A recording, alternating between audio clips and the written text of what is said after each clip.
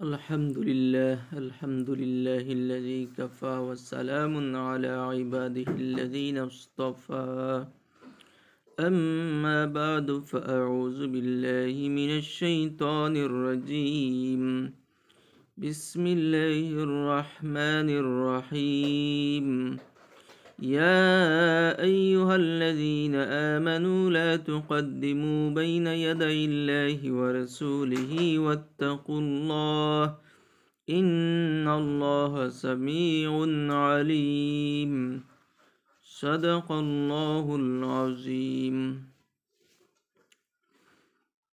আল্লাহ রব্বুল আলামিন সূরা হুজরাতের মধ্যে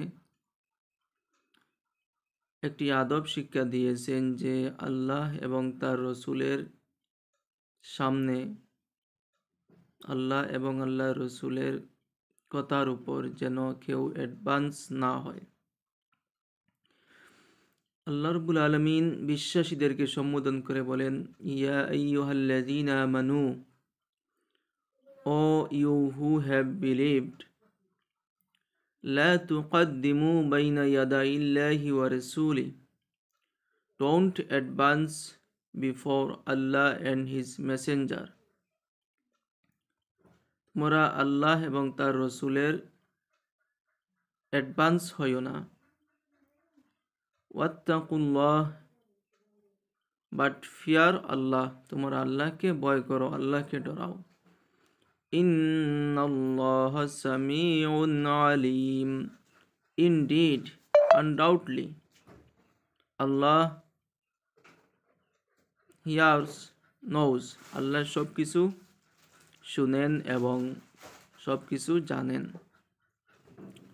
তো এখানে আল্লাহ পাক রব্বুল আলামিন সুন্দর করে বিশ্বাসীদেরকে সম্বোধন করে যে শিক্ষা দিলেন যে তোমরা আল্লাহ এবং তার রসুলের অগ্রণী হইও না, অর্থাৎ আল্লাহ এবং তার রসুলের যে হুকুম আছে এই হুকুমের আগে তোমরা যাইও না। একদা হযরত মুআজ বিন জবল রাদিয়াল্লাহু তাআলা আনহুকে আল্লাহ রসুল ইয়ামানের দিকে পাঠিয়েছিলেন। তো ওনাকে অনেক নসিহত করে দিয়েছিলেন এবং বলেছিলেন, যদি তুমি কোনো বিষয়ে যদি তুমি পড়ো তাহলে তুমি কি করবে, কিভাবে ফয়সালা করবে, কোনো একটি ম্যাটারকে কিভাবে সলভ করবে, তখন তিনি বলেছিলেন আমি কোরআনের সাহায্যে আমি এটা ফয়সালা করব। তখন আল্লাহ রসুল সাল্লাল্লাহু আলাইহি সাল্লাম বলেছিলেন, যদি তুমি সেটা কোরআনে না পাও তখন কিভাবে সমাধান করবে, ফয়সালা দিবে।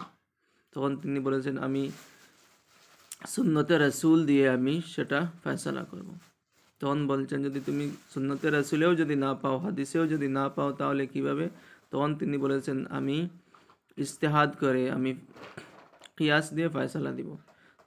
তখন আল্লাহ রসুল সাল্লাল্লাহু আলাইহি সাল্লাম আল্লাহর শুকরিয়া আদায় করলেন এবং বললেন যে আল্লাহ তৌফিক দিয়েছেন আল্লাহ রসুলের এই প্রতিনিধিকে, তখন খুশি হয়েছিলেন। তো সর্বপ্রথম আমরা কোরআন তারপরে হাদিস ফলো করব। আগে কোরআন হাদিসে কি আছে সেটা দেখব। কোরআন হাদিসের আগে যাতে আমরা কোনো রায় না দেই, যেটা কোরআন হাদিস দিয়েছে সেটা আমরা ফলো করব।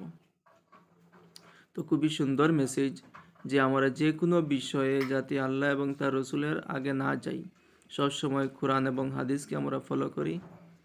জাযাকুমুল্লাহ, সবাই আমল করার চেষ্টা করবেন।